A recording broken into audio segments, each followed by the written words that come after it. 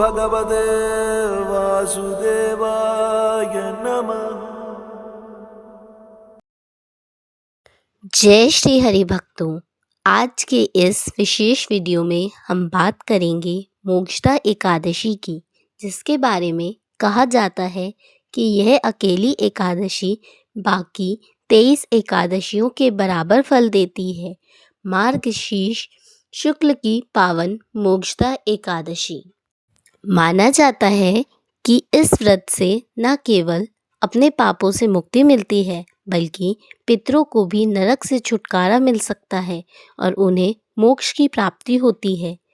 Video को अंत तक ज़रूर देखें, क्योंकि इसमें जानेंगे मोक्षदा एकादशी की सही तिथि व समय, महत्व, जन्म मृत्यु के चक्र से मुक्ति की मान्यताएं, सरल पूजा व्रत विधि, पितरों के लिए विशेष उपाय और पूरी व्रत कथा। तिथि, समय और विशेष योग। मोक्षदा एकादशी मार्गशीर्ष मास के शुक्ल पक्ष की एकादशी तिथि को मनाई जाती है और कई जगह इसे वैकुंठ एकादशी के नाम से भी जाना जाता है। वर्ष 2025 में मोक्षदा एकादशी 1 दिसंबर रविवार को पड़ रही है। एकादशी तिथि 30 नवंबर की सुबह से लगकर 1 दिसंबर की शाम तक रहेगी और व्रत का पारण अगले दिन प्रातः शास्त्र अनुसार मुहूर्त में किया जाना उत्तम माना गया है। इसी दिन गीता जयंती भी मनाई जाती है, क्योंकि मान्यता है कि कुरुक्षेत्र के रणभूमि में यहीं पर भगवान श्री कृष्ण ने अर्जुन को श्रीमद् भागवत गीता का उपदेश दिया था।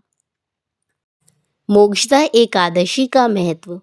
मोक्षदा शब्द का अर्थ ही है मोक्ष प्रदान करने वाली, यानी ऐसा व्रत जो आत्मा को बंधनों से मुक्त कर ईश्वर के धाम तक पहुंचाने की क्षमता रखता है। शास्त्रों में वर्णन है कि इस एकादशी का व्रत करने से जीवन के बड़े बड़े पापों का क्षय होता है, मन शुद्ध होता है और व्यक्ति को भगवान विष्णु की विशेष कृपा प्राप्त होती है। यह भी मान्यता है कि जो साधक इस दिन किया हुआ अपना व्रत पुण्य अपने पितरों को समर्पित करता है, उसे स्वयं के साथ साथ अपने पूर्वजों के उद्धार और पितृदोष शांति का भी शुभ फल मिलता है। फायदे, पाप कर्मों से मुक्ति और मृत्यु के बाद सद्गति, पितृदोष से राहत, पितरों की शांति और मोक्ष, मन की शांति, सकारात्मकता, सुख समृद्धि और ईश्वर भक्ति में वृद्धि। व्रत व पूजा की तैयारी। मोक्षदा एकादशी के दिन एक दिन पहले यानी दशमी तिथि से ही शुद्ध सात्विक आहार, संयम और विनम्र व्यवहार रखने का नियम बताया गया है। मांस, मदिरा, तामसिक भोजन और झूठ कलह से दूर रहना चाहिए। सुबह ब्रह्म मुहूर्त में उठकर स्नान कर लें। घर और पूजा स्थान की अच्छी तरह सफाई करके पवित्र करें। फिर पीला या साफ धवल वस्त्र धारण करें, क्योंकि पीला रंग भगवान विष्णु का विशेष प्रिय माना गया है। व्रत की प्रतिज्ञा लें, संकल्प लें, मैं अपनी नाम, गोत्र, तिथि और इस व्रत को भगवान विष्णु और पितरों की शांति के लिए करने का उच्चारण कर मन ही मन निश्चय करें। मुख्य पूजा विधि। संकल्प और आसन। शुद्ध आसन पर उत्तर या पूर्व दिशा की ओर मुख करके बैठें। गंगा जल या स्वच्छ जल हाथ में लेकर संकल्प बोलें और भगवान विष्णु का ध्यान करें। भगवान विष्णु की स्थापना। लकड़ी के पाटे पर पीला कपड़ा बिछाकर उस पर श्री हरि विष्णु की मूर्ति, फोटो या शालिग्राम स्थापित करें। पास में शंख, चक्र, गदा, पद्म का ध्यान करते हुए दीपक जलाएं। शोधन एवं पंचोपचार। गंगा जल से छिड़काव कर आसन व मूर्ति का शुद्धिकरण करें। फिर रोली, अक्षत, चंदन, पुष्प, धूप, दीप, नैवेद्य जल अर्पित करें।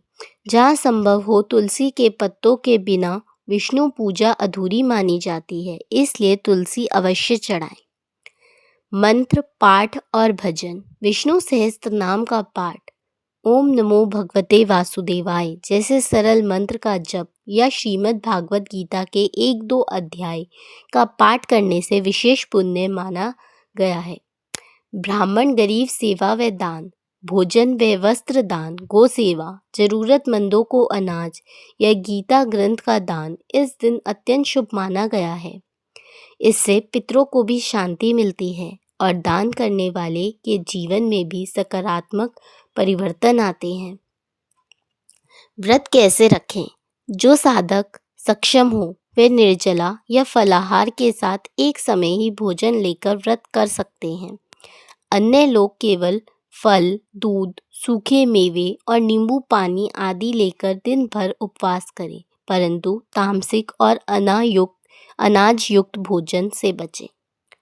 मन, वाणी और कर्म तीनों की शुद्धता का विशेष ध्यान रखना ही इस व्रत की आत्मा है। व्यर्थ क्रोध, चुगलखोरी, झूठ बोलना और किसी को कष्ट देना इस दिन नहीं करना चाहिए। रात्रि में संभव हो तो कीर्तन, भजन, जप या गीता पाठ करते हुए जागरण करें और भगवान विष्णु के नाम का स्मरण करते हुए सोएं। पारण, व्रत खोलने की विधि। एकादशी का व्रत हमेशा द्वादशी तिथि में शास्त्र अनुसार पारण करके ही पूरा होता है। इसलिए स्थानीय पंचांग या विश्वसनीय ज्योतिषीय स्रोत से पारण का सही समय अवश्य देख लें। द्वादशी के दिन प्रातः स्नान कर भगवान विष्णु की दोबारा संक्षिप्त पूजा करें। फिर तुलसी दल युक्त जल और हल्का सात्विक भोजन ग्रहण कर संकल्प के साथ व्रत खोलें। पारण से पहले गुस्से या जल्दबाजी में कुछ भी खाने से बचें। जहाँ संभव हो पारण के बाद किसी भूखे व्यक्ति, ब्राह्मण या गौ को भोजन कराना अत्यंत शुभ माना गया है।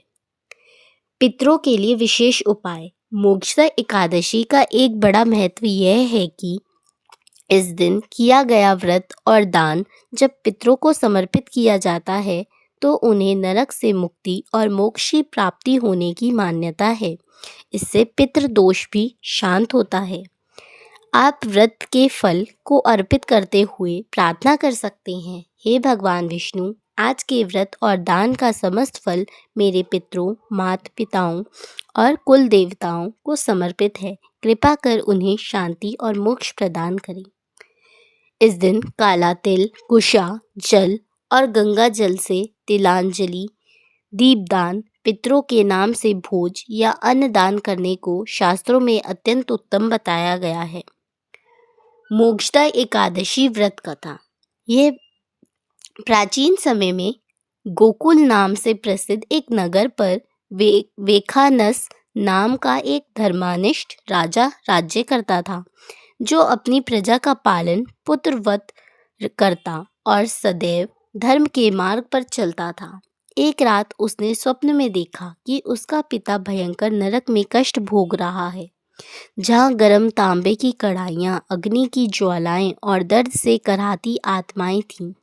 पिता ने रोते हुए उससे निवेदन किया कि वह किसी प्रकार उसे उस यातना से मुक्ति दिलाए। यह स्वप्न देखकर राजा का हृदय व्याकुल हो उठा। वह अगली सुबह ब्राह्मणों और ऋषियों के पास पहुंचा और बोला, हे मुनियों, ऐसा कौन सा व्रत या उपाय है जिससे मैं अपने पिता को नरक से मुक्त कर सकूं? ब्राह्मणों ने राजा को पर्वत ऋषि के आश्रम जाने की सलाह दी, जो भूत, भविष्य और वर्तमान तीनों के ज्ञाता थे। राजा आदर सहित उनके आश्रम पहुंचा और अपने स्वप्न के बारे में सब बताया। पर्वत ऋषि ने ध्यान लगाकर कहा, राजन, तुम्हारे पिता ने पूर्व जन्म में अपनी रानियों के साथ अन्याय किया। एक रानी के कहने पर दूसरी पत्नी को संतान प्राप्ति हेतु उचित अधिकार न देकर बड़ा पाप किया। उसी पाप के कारण वे आज नरक में हैं। राजा ने हाथ जोड़कर प्रार्थना की, ऋषिवर, कृपा कर कोई ऐसा उपाय बताइए जिससे मेरे पिता उस भयानक स्थिति से मुक्त हो सके। तब पर्वत मुनि ने कहा कि मार्गशीर्ष शुक्ल पक्ष की मोक्षदा एकादशी का व्रत अत्यंत पुण्यदायी है। यदि आप पूरे नियम से यह व्रत रखें और उसका फल अपने पिता को समर्पित कर दें तो वे नरक से मुक्त होकर दिव्य लोक को प्राप्त होंगे।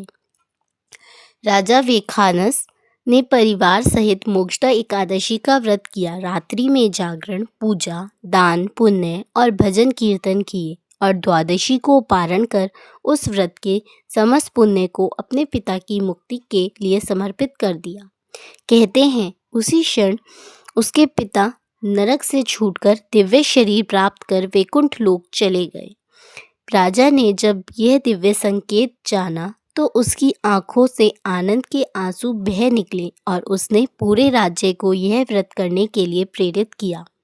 इसी कथा के कारण यह मान्यता बनी कि मोक्षदा एकादशी का व्रत स्वयं के साथ साथ पितरों के उद्धार का भी सहज मार्ग है और जो श्रद्धा से इसका पालन करता है उसे जन्म मृत्यु के बंधन से मुक्ति का विशेष अवसर मिलता है।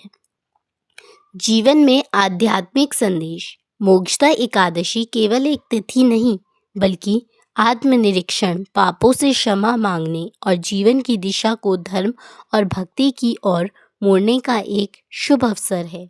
गीता जयंती के साथ पढ़ने के कारण यह दिन हमें यह भी याद दिलाता है कि भगवान कृष्ण ने कर्म, भक्ति और ज्ञान इन तीनों मार्गों के माध्यम से निष्काम होकर जीवन जीने की शिक्षा दी, जो वास्तविक मोक्ष का द्वार खोलती है।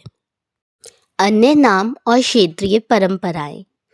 मोक्षदा एकादशी को कई स्थानों पर वैकुंठ एकादशी, मोक्षदा एकादशी, मुक्कोटी एकादशी आदि नामों से भी जाना जाता है। विशेषकर दक्षिण भारत और वैष्णव परंपराओं में दक्षिण भारत में बड़े विष्णु मंदिरों में वैकुंठ द्वार खोले जाते हैं। सुबह सुबह विशेष शोभा यात्रा, अलंकार, दर्शन और अखंड हरि नाम संकीर्तन का आयोजन होता है। मौन व्रत और मौन एकादशी।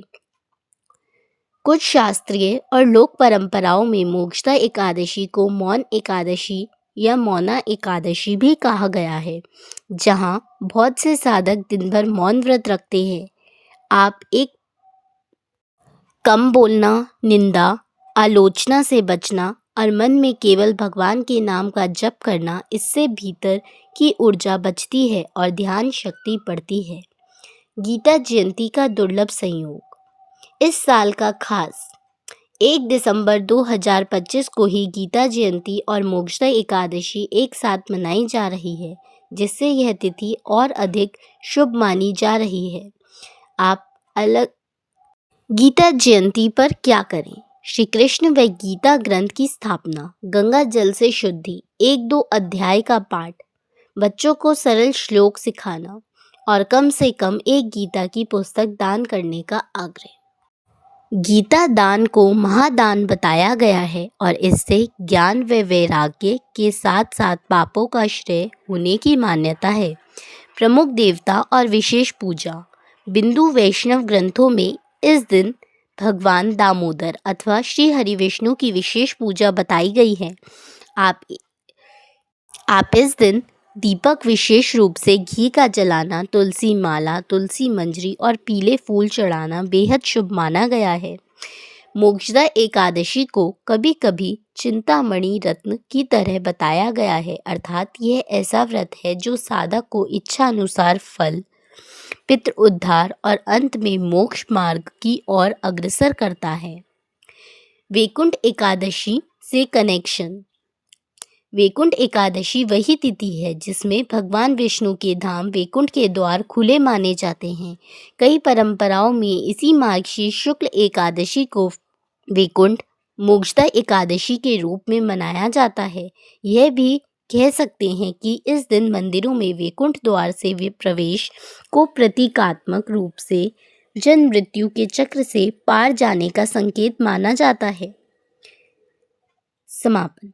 भाइयों और बहनों, मोक्षदा एकादशी केवल व्रत या पूजा की तिथि नहीं बल्कि आत्मा की शुद्धि, ईश्वर भक्ति और जीवन के अंतिम लक्ष्य मोक्ष की ओर बढ़ने का मार्ग है।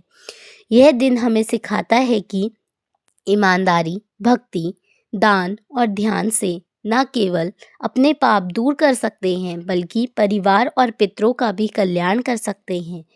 जब हम उपवास रखते हैं, गुरुजनों का सम्मान करते हैं, भगवद गीता का पाठ करते हैं और ज़रूरतमंदों की मदद करते हैं, तो हमारे भीतर सकारात्मक ऊर्जा, करुणा और आत्मबल का विस्तार होता है। श्री कृष्ण ने स्वयं कहा है कि जो श्रद्धा से मोक्षदा एकादशी का पालन करता है उसे जीवन मरण के बंधन से मुक्ति और विष्णु लोक की प्राप्ति होती है।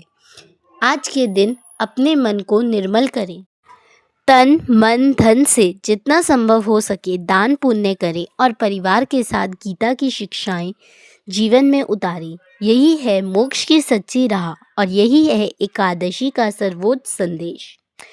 अगर आपको यह ज्ञान और प्रेरणा देने वाली एकादशी कथा पसंद आई तो वीडियो को लाइक करें, कमेंट में जय श्री हरि अवश्य लिखें और सभी मित्रों व परिवार तक इसे पहुंचाएं। अगली कथा, विशेष भजन या वीडियो के लिए चैनल को सब्सक्राइब करें। अपने सुझाव व प्रश्न कमेंट में साझा करें।